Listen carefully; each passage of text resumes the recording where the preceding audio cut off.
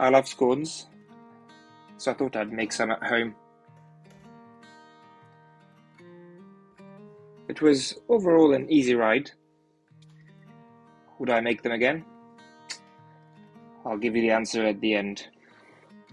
So to start with, there's a few dry ingredients. So you need 225 grams of self-raising flour, teaspoon of baking powder,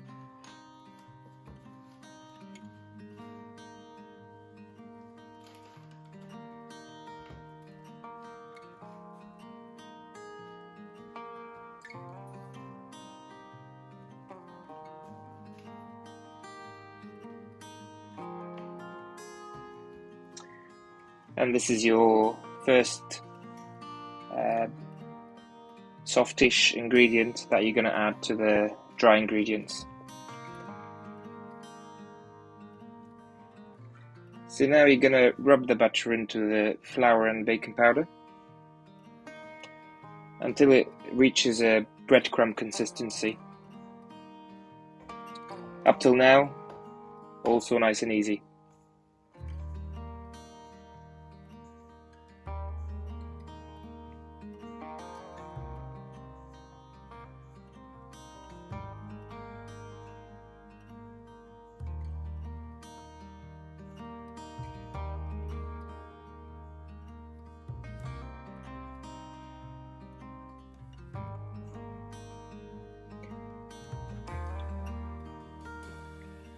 I found this recipe in Mary Berry's Baking Bible.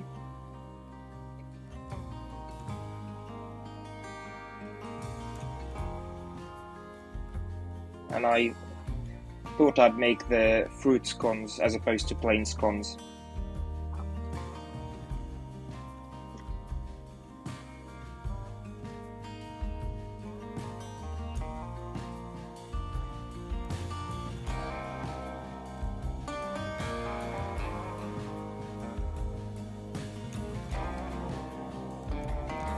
So next thing I'll add will be 50 grams of mixed fruit,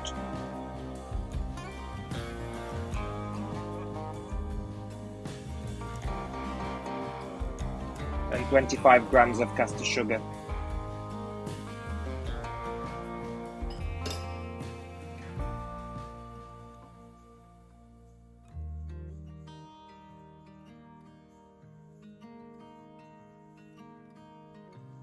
And you dry mix these together, ready for your wet ingredients. Right.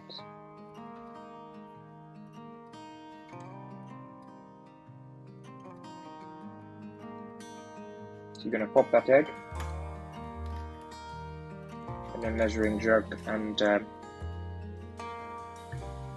you'll have to complete the measure to 150 mils using milk.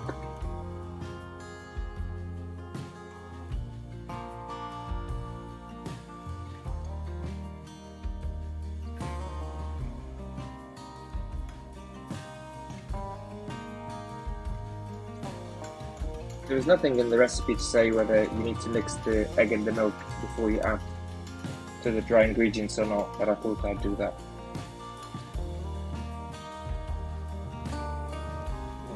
Time for mixing.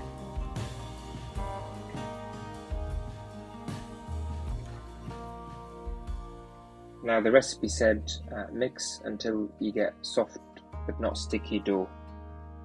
Well,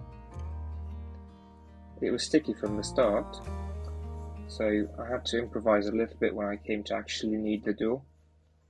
There's a few additions of milk and flour before it actually felt reasonable and ready to be cut.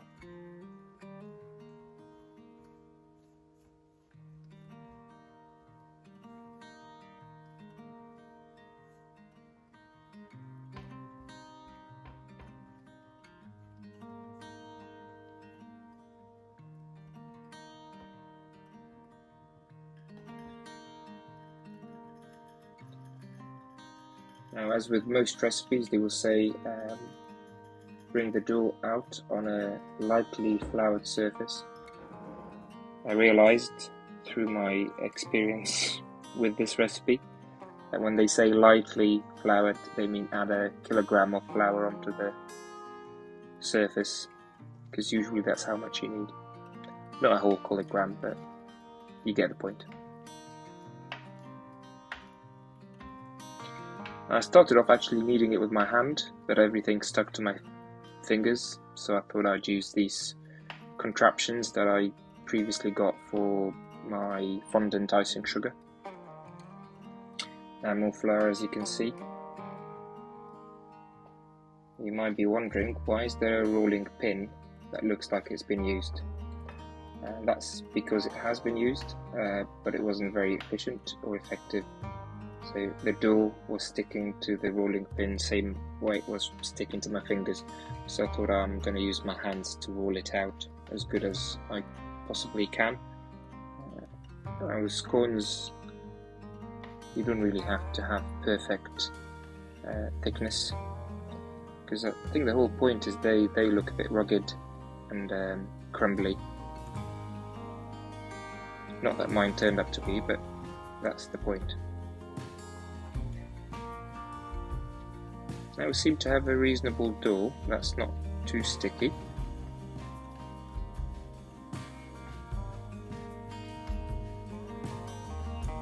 Okay, I rolled it using my hands, all ready to be cut.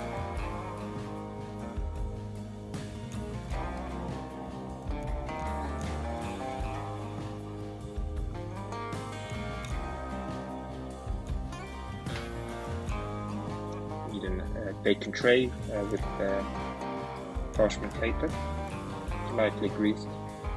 Now I made a choice between two sizes of cutters, and I regret to say that I made the wrong choice, because eventually my scones came out small. I should have used the purple one, the bigger one.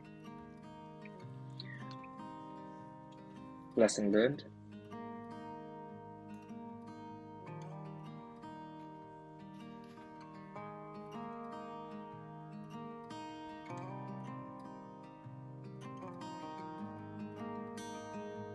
I'll pop them out onto the baking tray.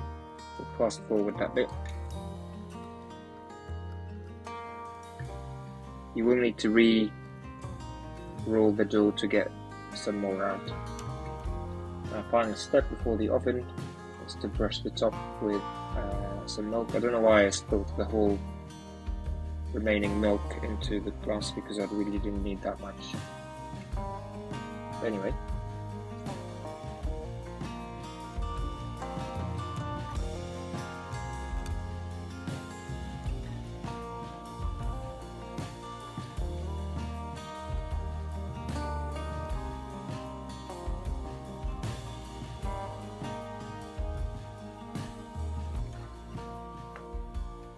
Right, now we pop the dough into the oven. The recipe says 10 minutes, or if it's pale, kind of golden brown. I left mine for 10 minutes exactly, and again I regret that, because they did get a tinge which I didn't want, but hey ho. There they are, rising in the oven. They will soon come out, and I'll show you what I mean.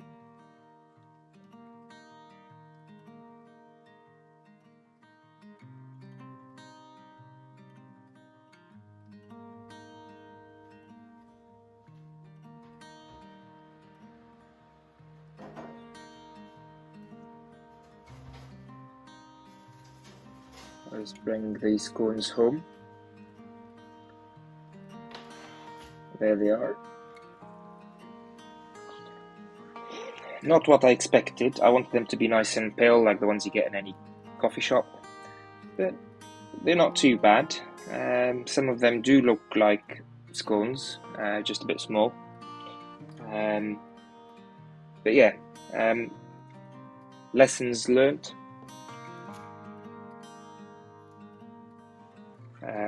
1, use the right cutter size.